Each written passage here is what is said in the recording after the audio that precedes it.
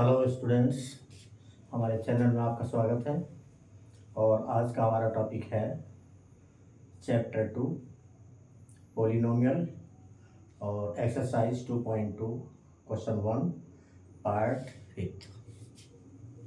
और क्वेश्चन है find the zeros of the following quadratic polynomial and verify the relationship between the zeros and the coefficients.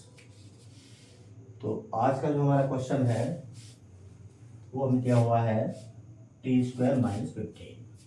तो इसे हम लिख रहे हैं पॉलिनोमियल की फॉर्म में, और यहाँ पे जो वेरिएबल है वो t है, तो इसे t की फॉर्म में हम ले रहे हैं t² - 15। अब इस क्वेश्चन के 2 पार्ट्स हैं। पहले पार्ट्स में हमें जीरो फाइंड करना है, दूसरे पार्ट में इसका रिलेशन। तो पहला पार्ट में हम इसका फैक्टर्स या इसके जो जीरोज है वो फाइंड करते हैं। तो इसे हम लिखेंगे t², और इसे हम लिख सकते हैं √15²।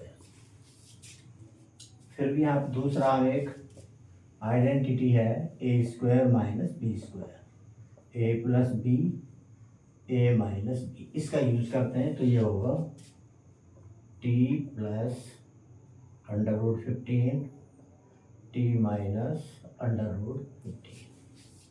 तो यहाँ पे हमारे इसके फैक्टर हो जाते हैं 4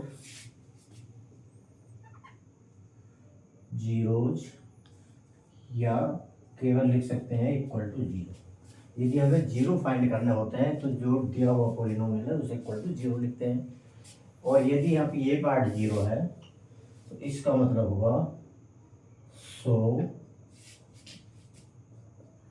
t + √15 और t - √15 = 0। अब यहाँ पे 2 फैक्टर्स हैं, दोनों का प्रोडक्ट 0 है। इसका मतलब है कि या तो दोनों 0 है या दोनों में से कोई सा एक 0 है। तो हम यहाँ पे दोनों अलग अलग 0 लेते हैं। If t + √15 = 0, then t = -√15। इसी तरह से दूसरा फैक्टर लेते हैं। If t - √15 = 0, then t = √15। तो यहाँ से हमें t की 2 वैल्यूज मिल जाती हैं। एक वैल्यू है -√15 और दूसरा है +√15, और ये ही इस पॉलिनोमियल के 0 है। तो यहाँ तक कि हमारा पहला पार्ट हो गया है। तो यहाँ से हम लिखते हैं जो t की हमारी 2 वैल्यूज हैं -√15 और दूसरा है √15। अब हमें इसका दूसरा पार्ट करना है रिलेशनशिप बिटवीन कोफिशिएंट्स।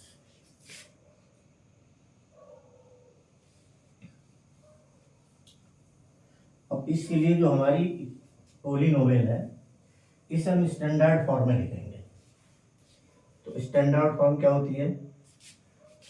जो भी हमारा पॉलिनोमियल है, क्वाड्रेटिक पॉलिनोमियल, ये होती है ax² bx + c। यदि हमारा वेरिएबल x है तो इसमें क्वाड्रेटिक पॉलिनोमियल होगा ax² + bx + c। अब यहाँ पे जो हमारा वेरिएबल है वो t है, तो यहाँ पे हमारी जो स्टैंडर्ड पॉलिनोमियल होगा t²। अब यहाँ पे t नहीं है तो इसे हम लिख सकते हैं ये और -15। तो ये हमारी यहाँ पे स्टैंडर्ड फॉर्म इसकी बनती है। यहाँ से हमारी बन जाती है स्टैंडर्ड फॉर्म। और अब यहाँ पे यदि कोफिशिएंट्स का हम कंपैरिजन करते हैं तो यहाँ पे हमारा होता है a = जो t² का कोफिशिएंट है मीन्स 1, b = 0 एंड c = 50। अब यहाँ पे पहला जो रिलेशन है वो आता है हमारा sum of the zeros. Sum of zero, और ये होता है माइनस डी अपॉन ए। अब जो सम ऑफ जीरोज हैं, तो जीरोज हैं हमारे -√15 और +√15। तो ये हुआ -√15 +√15 इक्वल माइनस, और जो बी है उसकी वैल्यू है 0 और ए मीन्स 1। तो ये हमारा पहला मेथड है। ये नेगेटिव है, ये पॉजिटिव है, तो ये साइड 0 होगी, और जब 0 किसी भी चीज़ से डिवाइड करते हैं तो भी 0 होता है। तो left hand side equal right hand side. ये हुआ हमारा वेरिफिकेशन या relation between zeros and coefficients, यानी पॉजिटिव वाला। तो इसका एक मेथड तो होता है कि हम लेफ्ट और राइट दोनों सोल्व करते हैं और दोनों इक्वल आ जाते हैं। एक मेथड ये होता है कि हम लेफ्ट लेके चलते हैं और राइट हम इसके बाद प्रूव कर लेते हैं। तो अब यहाँ पे यदि हम दूसरा मेथड लाएंगे तो ये होगा सम ऑफ जीरोज।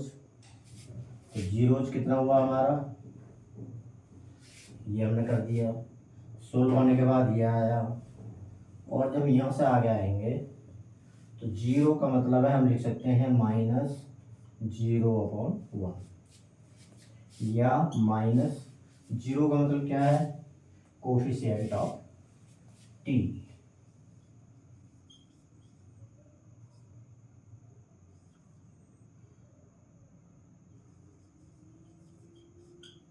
अपॉन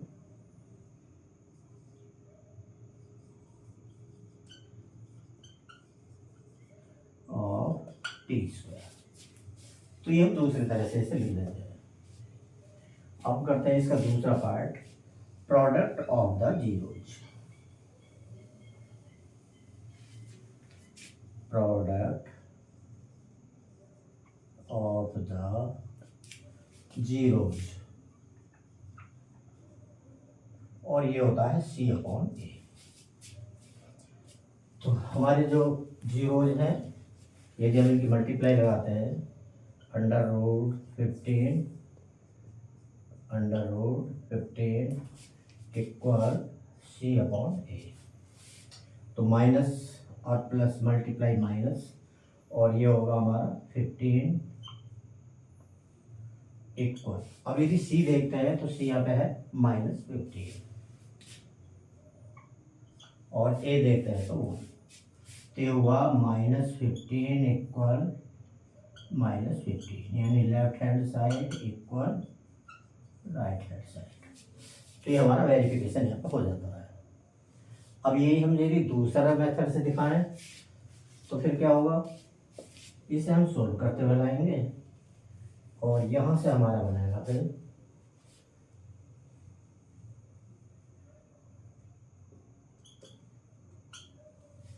-15। और -15 यहाँ पे देखते हैं तो क्या होता है, कांस्टेंट।